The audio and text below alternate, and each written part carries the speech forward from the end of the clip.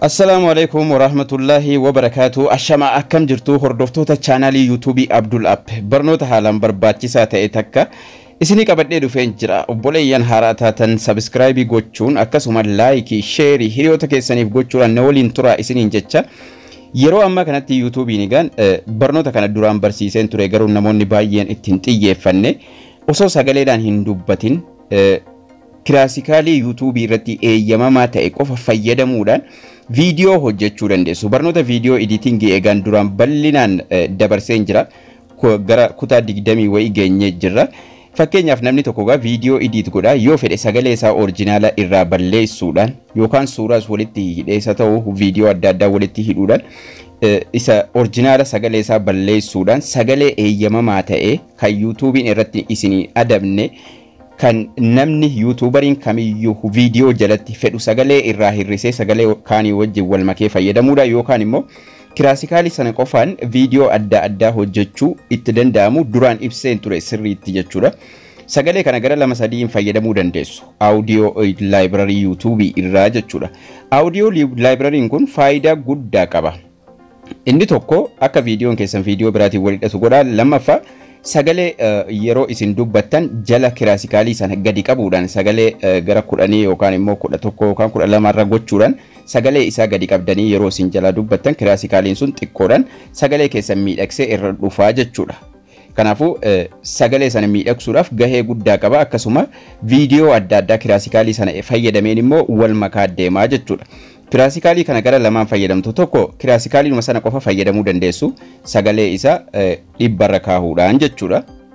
Yoo sagalee kiraasikaalii qofa fayyadamuu barbaadan jechuudha kiraasikaalichaa wajjin video gadhiisuu barbaadan yookaan immoo sagalee isaa jalaa hirrisuudhaan sagalee originaalaa irratti waraabdan sagalee keessan sana akka inni miidhagsus gootanii jalatti sagalee isaa gadi qabuudhaan fayyadamuu dandeessu jechuudha.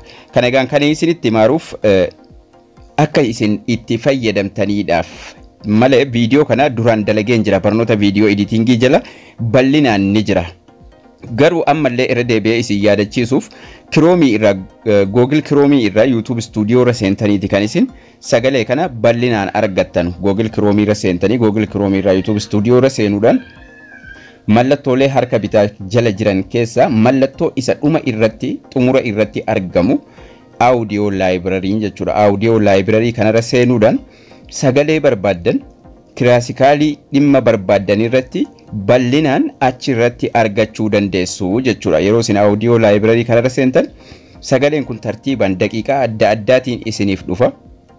Fakkeenyaaf kiraasikaalii tokko jaallattanii yoo sagalee isaa gabaabbate duplicate godhaa barnoota video editing keessatti sirriitti agarsiiseen jira.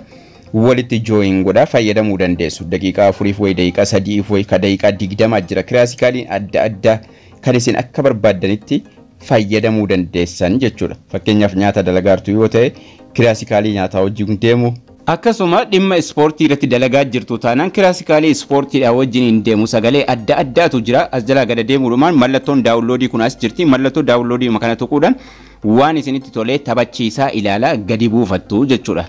Asii gara gajjallaatti gad deemaatuma waan isinitti tolee play godha ka barbaadan jala ni taphata. Yeroo mallattoon daawunloodii sun jala sana jira daqiiqaa isaa asii ilaala. Waan isinitti tolee daawunloodii godhattanii eeyyamamaadha. Video YouTube ka sagaleedhaan hojjettan sagalee kiraasikaalii kanaa gadi qabuudhaan akka inni sagalee keessan hin jeeqnetti fayyadamuu dandeessu. Dabalataanis kiraasikaaliidhuma kana qofaan osoo sagalee keessan hin barbaachisin waan ta'e waan video dalagaa jirtan kiraasikaalii san qofa jalatti fayyadamtanis maxxansuu dandeessu jechuudha. Kanaafuu dirqamaa miti jechuudha. Waan akka dhimma ispoortii, dhimma nyaataa, waan adda addaa kana kiraasikaalii qofaan video dhumti ni ibsa waan ta'eef kiraasikaalii qofa jalatti fayyadamtanii video san maxxansuu dandeessu jechuudha. Warreen sagalee keessan fayyadamuu hin barbaanne next godhaa kiraasikaalii hedduu jira. Yoo maqaa isaa beektan immoo gubbaa irratti bakki sarchii ni jira. Sarchii godhaa waan feetan achirraa daawunlood gootanii fayyadamuu dandeessu. Akkasuma warroonni immoo video editingin isin bira hin geenye chaanalii kiyya jala argachuu dandeessu. Sanaan dura garuu chaanalii kiyya jala seentanii shortii jala akkamitti Chrome irra seenama warri jettaniif yeroo baay'ee himaan ture. Shortii kana keessaa bakka kana argachuu dandeessu akkaataa Google Chrome YouTube Studio irra seenan. Dabalataanis video editing immoo yoo barbaadan mata dureedhuma chaanalii kiyya jala seentanii mata dureedhuma kana jala mata duree playlistii jala seenuudhaan playlistii jala barnoota video editingii jedhee bakka tokkotti hidhamee jira. Akkasuma barnoota video editingis jettanii yoo YouTube irratti search gootanii argattu barnoota video editingii video 27 as keessa jira. Kana keessa haala salphaa ta'een barnoota video editingii kutaa tokkorraa eegaltanii bal'inaan as keessa argachuu dandeessu jechuudha. Gara gajjallaatti yoo gadi buutan barnoota video editingii kutaa tokkoffaa, barnoota video tolchuu kutaa lammaffaa, sadaffaa, arfaffaa jedha. Gara gubbaatti ol deema. Tartiibaan namni kana hordofee dhibbaaf dhibbatti video akka ajaa'ibaatti Kain Masterii keessatti edit gochuu danda'an isiniin jala. Kana fayyadamtanii edit gootanii YouTube irratti sirriitti dalaguu dandeessu. Barnoonni keenyas kana fakkaata. Akkasiin irraa barattanis abdii guddaan qaba. Like, share hiriyoota keessaniif gochuu hin dagatinaa isiniin jecha. Haga barnoota kutaa itti aanu walitti deebinutti turtii gaarii nagayaan tura.